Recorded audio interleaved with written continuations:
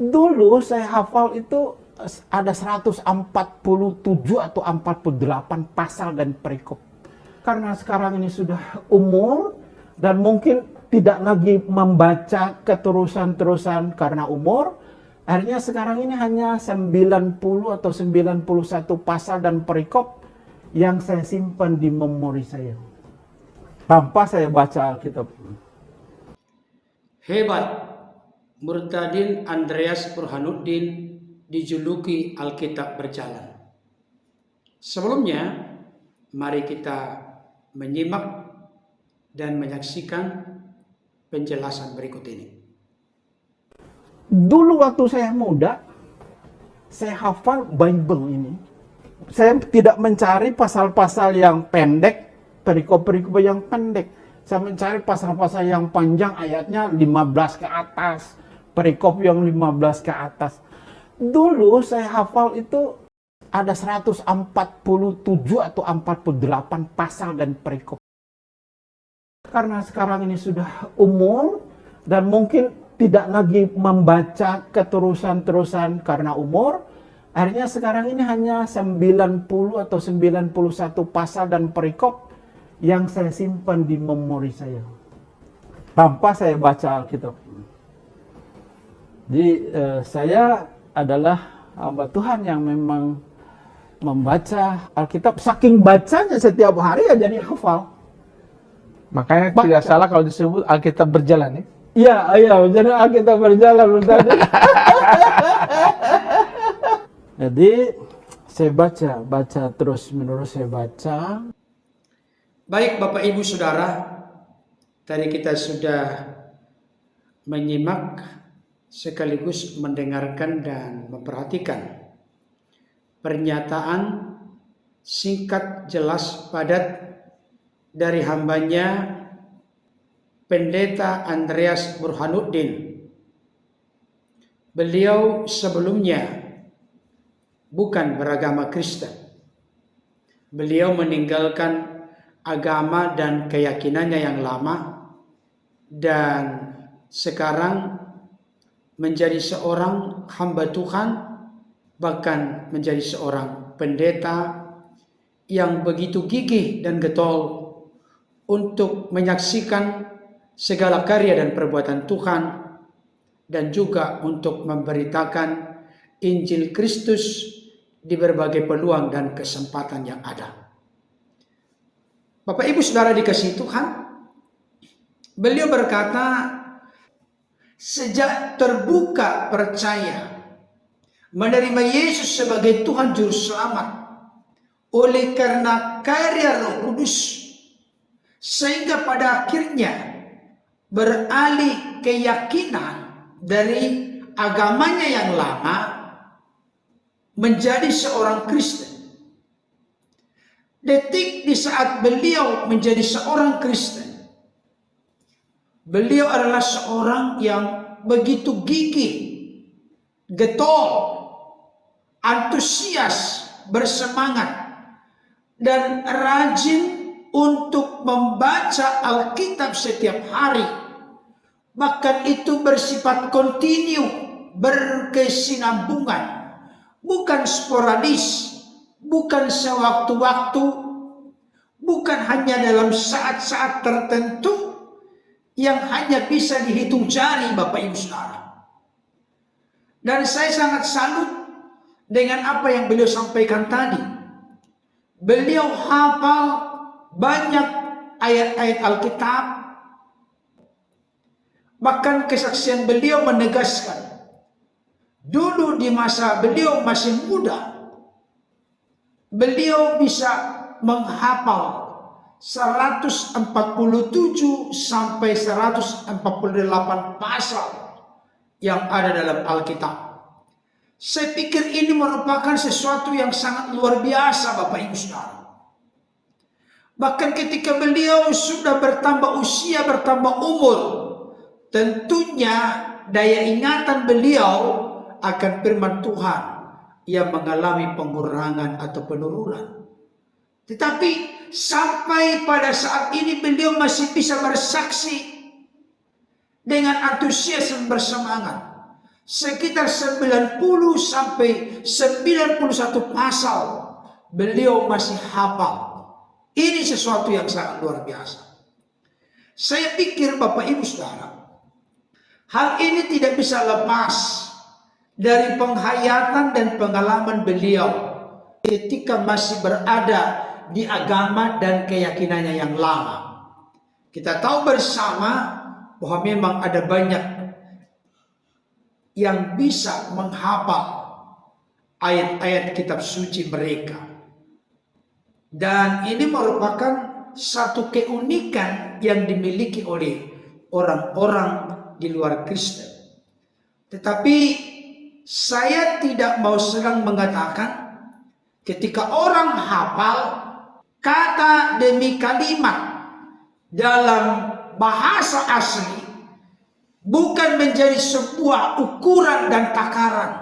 Orang itu bisa mengerti dan memahami apa yang telah dihafal dan diingat tersebut. Dan saya pikir kita mengakui Bapak Ibu Saudara, ada keunikan dan kekhususan dari saudara-saudara kita di luar Kristen, yang mana mereka ada yang sampai hafal seluruh kitab sucinya. Karena memang hal itu merupakan sebuah tradisi yang turun-temurun dari sejak kitab suci mereka muncul, bahkan sampai sekarang. Ada sebuah kebanggaan, kebahagiaan dan sukacita tersendiri. Bahkan barangkali akan mendapatkan pahala ketika sudah bisa melantunkan ayat-ayat kitab suci tersebut, bahkan juga menghafalnya di luar kepala. Tapi penekanan dalam konteks Kristen bukan model seperti itu. Memang sesuatu yang tidak komplit, lengkap dan sempurna ketika seseorang menghafal seluruh ayat-ayat kitab sucinya, tapi tidak mengerti, tidak memahami arti, maksud, makna, manfaat dan tujuan dari apa yang dihafal tersebut. Adalah juga sesuatu kritikan ketika orang-orang Kristen yang memiliki bahasa asli Alkitab Perjanjian Lama, mayoritas bahasa Ibrani. Ada sedikit dalam kitab Daniel dan Esther berbahasa Aramik, Perjanjian Baru berbahasa Yunani. Hanya mengerti makna, arti, maksud, tujuan dari Alkitab itu, tetapi tidak mau tahu, tidak mau peduli, tidak selera, tidak semangat untuk menggali secara spesifik, secara khusus bahasa asli Alkitab itu sendiri.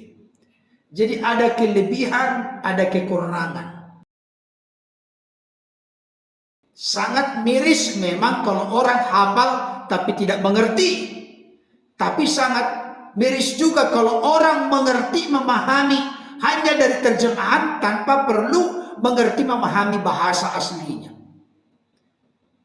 Tetapi sekarang puji Tuhan sudah sangat mudah dan gampang untuk mengerti dan memahami Alkitab, karena sudah begitu maju dan berkembang konteks dunia internet yang sangat canggih sekarang ini.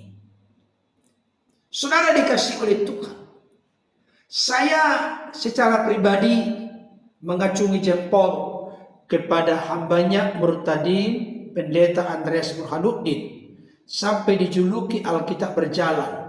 Jadi orang-orang seperti ini biasanya kalau ada orang lain yang kesulitan untuk mengetahui tertulis di pasal berapa, ayat berapa, dan kitab apa, isinya bisa dia hafal. Atau mungkin isinya beberapa kata kunci bisa dihafal, tetapi tidak tahu tempatnya di mana. Biasanya kalau dijuluki sebagai Alkitab berjalan, orang-orang seperti ini akan bisa menjawab dengan telak, dengan tepat. Misalnya contoh, karena begitu besar kasih Allah akan dunia ini, sehingga ia telah mengaruniakan anaknya yang tunggal, supaya barang siapa yang percaya kepadanya tidak binasa, melainkan beroleh hidup yang kekal. Itu tertulis di mana? Di Yohanes 3 ayat 16. Misalnya, sebelum Yesus berpisah dengan murid-muridnya, Yesus menyampaikan hal-hal yang sangat penting, seperti tertulis di dalam Matius 28 ayat 18 sampai 20. Lalu Yesus mendekati mereka dan berkata, "Kepadaku telah diberikan segala kuasa di sorga dan di bumi. Karena itu pergilah, jadikanlah semua bangsa muridku, dan baptislah mereka dalam nama Bapa, Anak, dan Roh Kudus, dan ajarlah mereka untuk melakukan segala sesuatu yang kuperintahkan kepadamu. Dan ketahuilah, aku menyertai kau senantiasa sampai kepada kesudahan zaman." Itu sebagai contoh. Tapi saya tahu Murtadin, Pendeta Andreas Burhanuddin lebih banyak tahu dan hafal daripada saya. Sekalipun beliau bukan dari sejak lahir menjadi orang Kristen. Saya ingin tegaskan kepada saudara-saudaraku Kristen, ini merupakan sebuah teguran, nasihat, dan masukan kepada kita. Orang-orang yang di tengah perjalanan hidupnya beralih keyakinan oleh karena kasih karunia dan pilihan Yesus, dari agama yang lama kepada agama yang baru, dari keyakinan yang lama kepada keyakinan yang baru. Mereka seringkali menjadi lebih luas, lebih dalam, lebih getol, lebih antusias, lebih bersemangat mempelajari Alkitab dibanding dengan orang-orang Kristen yang sudah lama menjadi orang Kristen. Oleh karena itu, biar pengalaman dari Murtadin, Pendeta Andreas Burhanuddin ini, yang mana beliau sampai dijuluki Alkitab berjalan, dapat menjadi inspirasi yang memotivasi, merangsang, dan mendorong kita untuk semakin cinta Tuhan melalui cinta surat cintanya Tuhan. Dengan cara apa? Dengan cara Alkitab itu tidak hanya dimiliki, tapi harus dibaca.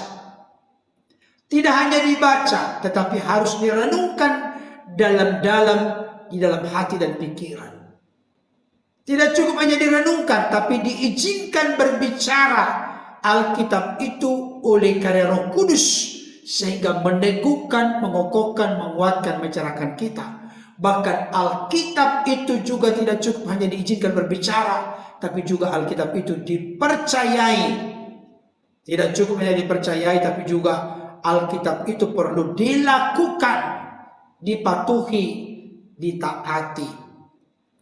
Dan tidak hanya dilakukan, dipatuhi, ditaati, tapi juga Alkitab itu harus disaksikan atau dibagikan kepada orang lain.